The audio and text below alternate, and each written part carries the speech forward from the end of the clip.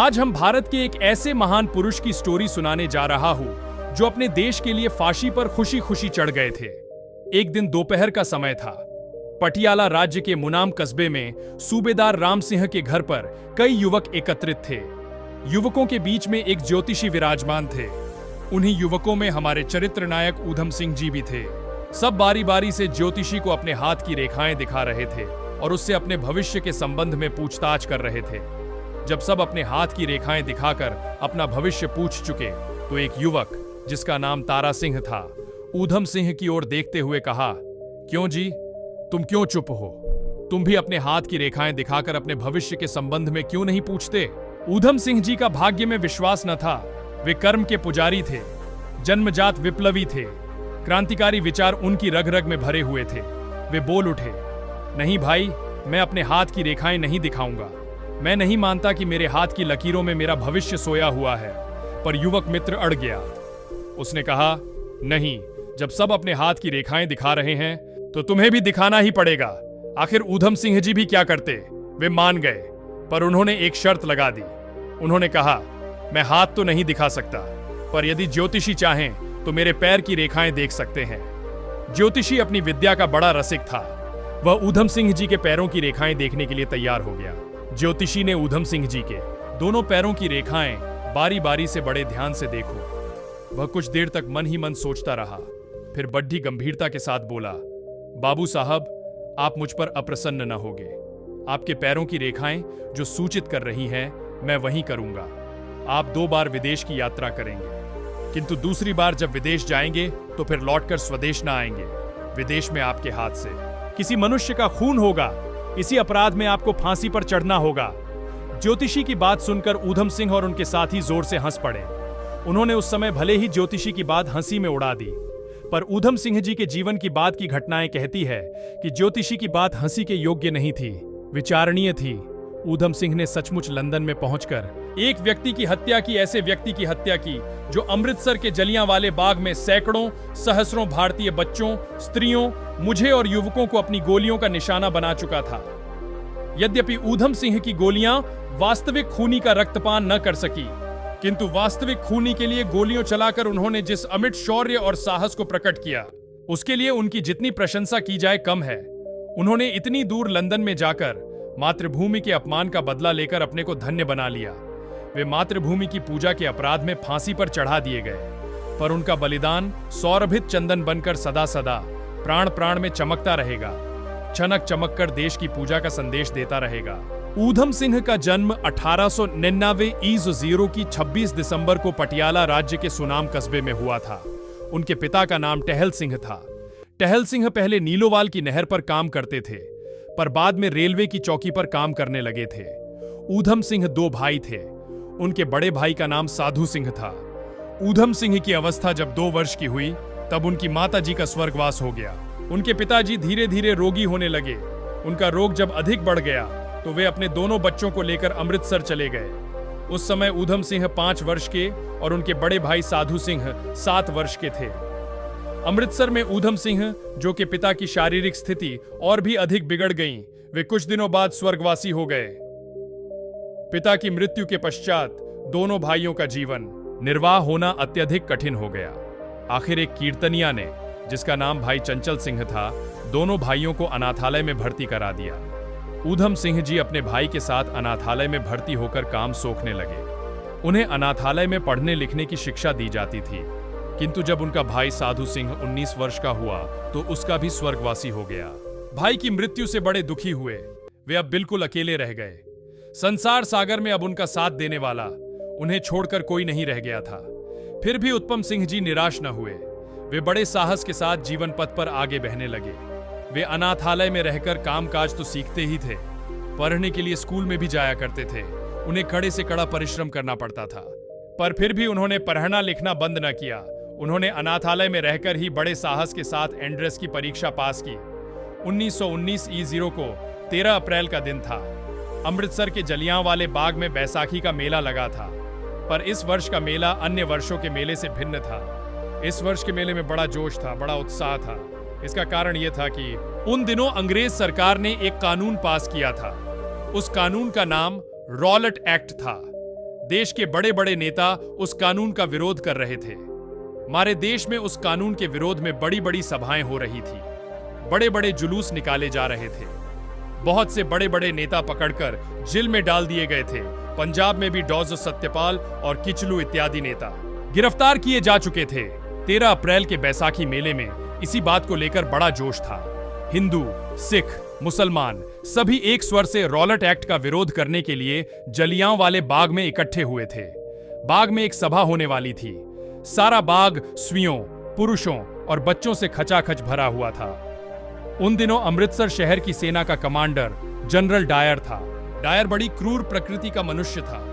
उसे जब जलियांवाले बाग में होने वाली सभा की खबर मिली तो उसने अपनी गोलियों के द्वारा सभा स्थल को खून से रंग देने का निश्चय किया। सभा आरंभ होने के पहले ही वह अपने सिपाहियों को लेकर बाग में जा पहुंचा। उसने बाग के बाहर चारों ओर फाटक पर अपनी मशीन गनों का मोर्चा जमा दिया। उसने बाग की उस ऊंची दीवार पर भी मोर्चा लगाया जो बाग के चारों ओर बनी हुई थी। उधर बाग के भीतर लगभग 20-25 हजार मनुष्य एक थे। उनमें स्त्रियां, बूढ़े और बच्चे भी थे। डायर ने बिना चेतावनी दिए हुए अपने सिपाहियों को गोलियां चलाने का आदेश दिया। बस फिर क्या था, चारों ओर से गोलियां चलने लगी। स्त्री पुरुष और बच्चे चीख चीख कर गिरने लगे। चारों ओर भगदड़ मच गई, पर भागने वालों को भी चुन चुनकर गोलियों का निशाना बनाया जाने लगा।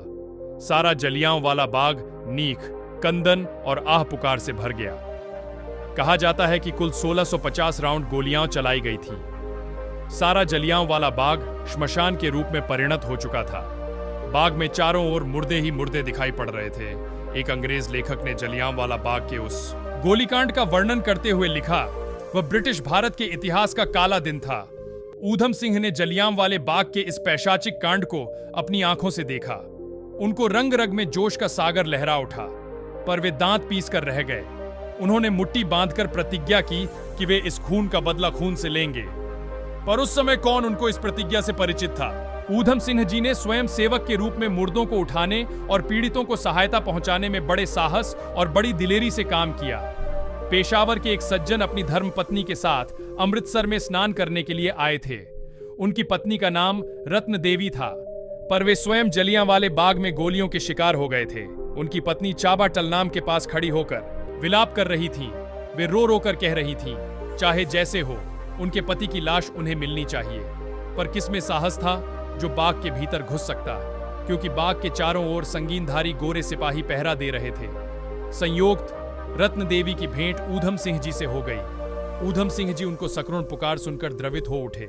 वे इस शर्त पर उन्हें अपने साथ लेकर जलियांवाले बाग में जाने के लिए तैयार हुए कि जब वह अपने पति की लाश को देखेंगी तो रोएंगी, चीखेंगी। नहीं, रात का समय था। चारों ओर अंधेरा छाया हुआ था। बाग के नारों ओर गोरे सिपाही हाथ में बंदूक लेकर पहरा दे रहे थे। ऊधम सिंह जी एक गुप्त तंग रास्ते से रत्न देवी को साथ लेकर बाग में घुस गए और एक एक लाश को बड़े ध्यान से देखने लगे। रल देवी ने अब अपने पति की लाश देखी तो वे अपने आप को संभाल न सकीं। वे बड़े जोर से चीख उठीं। उनकी चीख को सुनकर एक गोरे सिपाही ने गोली चला दी। गोली ऊधम सिंह जी की बांह में लगी, पर उन्होंने उसकी बिल्कुल परवाह न की और अपनी पगड़ी से अपनी बांह बांध ली। वे अपनी चोट और अपने दर्द की परवाह न करके रलदेवी के पति की लाश को बाहर उठा लाए। ऊधम सिंह जी ने उस अंधेरी रात में जलियांवाले बाग में घुसकर जो भयावह दृश्य देखा, उससे उन्हें स्वयं अपने आप पर घृणा होने लगा। वे सोचने लगे, धिक्कार है ऐसे गुलामी के जीवन को। एक तो अंग्रेज है जो 7 समुद्र पार से आकर हम पर गोलियां चला रहे हैं, और एक हम हैं जो भेड़ बकरियों को तरह उनको गोलियों से मरते जा रहे हैं। ऊधम सिंह खून का बदला खून से लेने की प्रतिज्ञा तो पहले कर चुके थे। अंग्रेजों के कुकृत्य को देखकर उनकी रग रग में क्रोध और आवेग की आंधी उठ पड़ी। अपनी प्रतिज्ञा को पूर्ण करने के लिए वे अवसर और साधन ढूंढने लगे। जलियांवाले बाग के हत्याकांड के पश्चात ऊधम सिंह जी के मन में गुलामी के जीवन घृणा पैदा हो गई। वे किसी प्रकार साधन और सहायता जुटाकर अफ्रीका चले गए। से कुछ वर्षों तक अफ्रीका में रहने के पश्चात वे एक ठेकेदार के साथ अमेरिका चले गए। अमेरिका में उस ठेकेदार का लकड़ी का कारखाना था। ऊधम सिंह उसके कारखाने में काम करने लगे। कारखाने में काम करते हुए उन्हें इतनी सफलता मिली कि कुछ दिनों पश्चात वे उसके एक भागीदार भी बन गए। वह 1948 का समय था। सारे भारत में सत्याग्रह आंदोलन की धूम तो क्रांतिकारी आंदोलन बड़े जोरों पर चल रहा था। ऊधम सिंह जी अमेरिका में बैठकर भारत की स्वतंत्रता के लिए किए जाने वाले आंदोलनों की खबरें बड़े चाव से पढ़ा करते थे। भारतीयों पर होने वाले बर्बर अत्याचारों की कहानियां पढ़कर वे मन ही मन अधिक क्षुभित हुआ करते थे। इन्हीं दिनों सुप्रसिद्ध क्रांतिकारी नेता भगत सिंह के साथ उनका पत्र व्यवहार हुआ। भगत सिंह ने उन्हें भारत आकर क्रांति यज्ञ में भाग लेने के लिए प्रोत्साहित किया। ऊधम सिंह जी के हृदय में अंग्रेजों के विरुद्ध रोषाग्नि तो पहले से ही जल रही थी। भगत सिंह के प्रोत्साहन ने उसमें आहुति का काम किया। ऊधम सिंह जी ने अपना जमा जमाया काम छोड़कर भारत लौटने का निश्चय किया।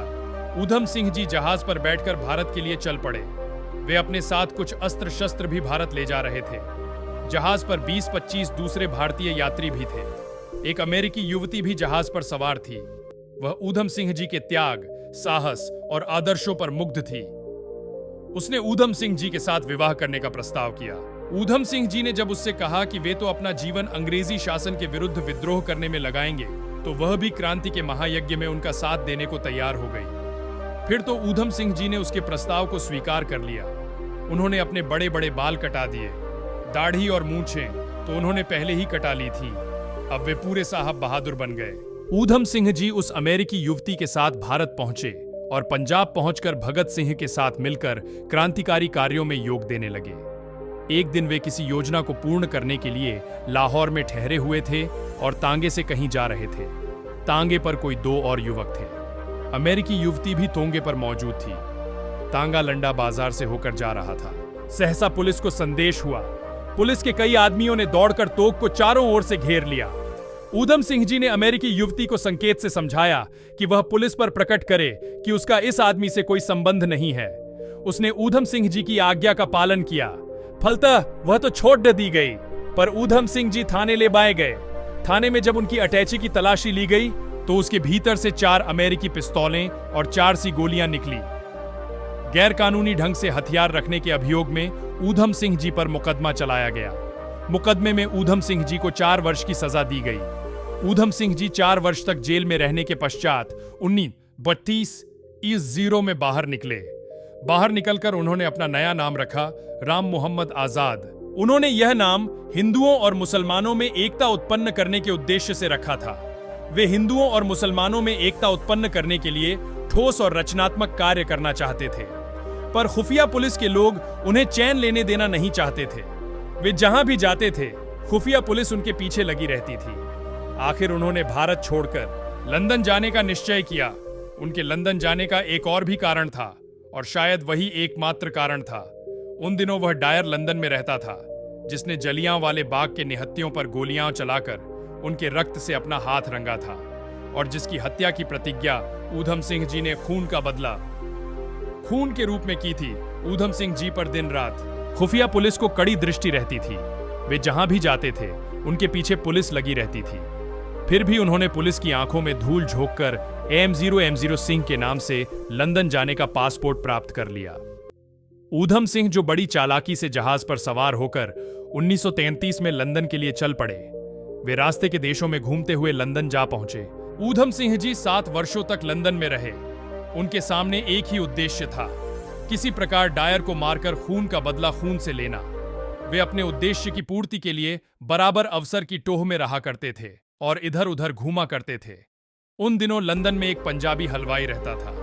उसका नाम प्रणाम सिंह था। ऊधम सिंह जी बराबर प्रणाम सिंह के पास आया जाया करते थे और उसके साथ बैठकर विचार विमर्श किया करते थे। ऊधम सिंह, जो कि बातों को सुनकर वह उन्हें पागल समझता था। सचमुच ऊधम सिंह जी उन दिनों अपनी प्रविष्टा की पूर्ति के लिए बिल्कुल पागल से हो रहे थे। 1940 U0 की 13 मार्च का दिन था। सायं के 4 बज रहे थे। लंदन के कैक्सटन हॉल में बड़े बड़े अंग्रेज राजन का सम्मेलन हो रहा था। डायर उठा। वह बड़ी शान से कहने लगा, भारत को अभी सैकड़ों वर्षों तक दबाकर गुलामी में रखा जा सकता है। जिस समय अमृतसर के जलियांवाला बाग में गोलियां चलाने का आदेश दिया गया, हिंदुस्तानी भेड़ बकरियों की भांति भाग रहे थे। डागर के भाषण के बाद ही एक भारतीय युवक मंच की ओर झपटा। उसने लगातार 5-6 गोलियां चलाई। डायर को 2 गोलियां लगीं। वह वहीं पर गिरकर अपना सांस तोड़ गया। कुछ और बड़े बड़े अंग्रेजों को भी गोलियां लगीं, जिनमें भारत मंत्री लाई जेटलेड, लुई डैन और लॉर्ड लिमिट आदि प्रमुख। वह भारतीय युवक कोई अन्य नहीं, हमारे चरित्र नायक ऊधम सिंह जी थे। ये गोलियां चलाकर रास्ता छोड़ो कहते हुए द्वार की ओर बढ़े, पर उसी समय 2 आदमियों ने झपट कर उन्हें पकड़ लिया। वे पुलिस के हवाले कर दिए गए। गिरफ्तारी के समय उनके पास से एक अमेरिकी रिवॉल्वर, 25 राउंड गोलियां और एक चाकू बरामद किया गया था। ऊधम सिंह जी पर हत्या के अपराध में मुकदमा चलाया गया।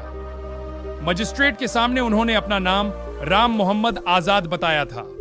उन्होंने अपना बयान देते हुए बड़े साहस के साथ घोषणा की, मैंने अंग्रेजी राज्य में लोगों को भूखे मरते हुए देखा है। मैंने उसका हिंसात्मक विरोध किया है। मुझे मृत्यु का भय नहीं। बुढ़ापे तक मृत्यु को प्रोक्षा करना ठीक नहीं। युवावस्था में ही मर जाना चाहिए, और मैं यही कर रहा हूं। ऊधम सिंह जी को 12 जून 1940 को फांसी की सजा सुनाई गई। भारत माता की जय और इनकलाब जिंदाबाद के नारे लगाते हुए वह लंदन में 31 जुलाई सन 1940 को फांसी पर झूल गए। पर कौन कहता है कि वे मिट गए? नहीं, वे अमर हो गए, सदा सदा के लिए अमर हो गए। तो ये थे हमारे देश के महान विचारक, जिनके रास्ते पर आज देश के युवा को चलना चाहिए। पर आज कल के युवा कहां भटक रहे हैं, जबकि हम लोगों को इनको अपना आइडियल मानना चाहिए और देश का नाम रोशन करना चाहिए। जय हिंद।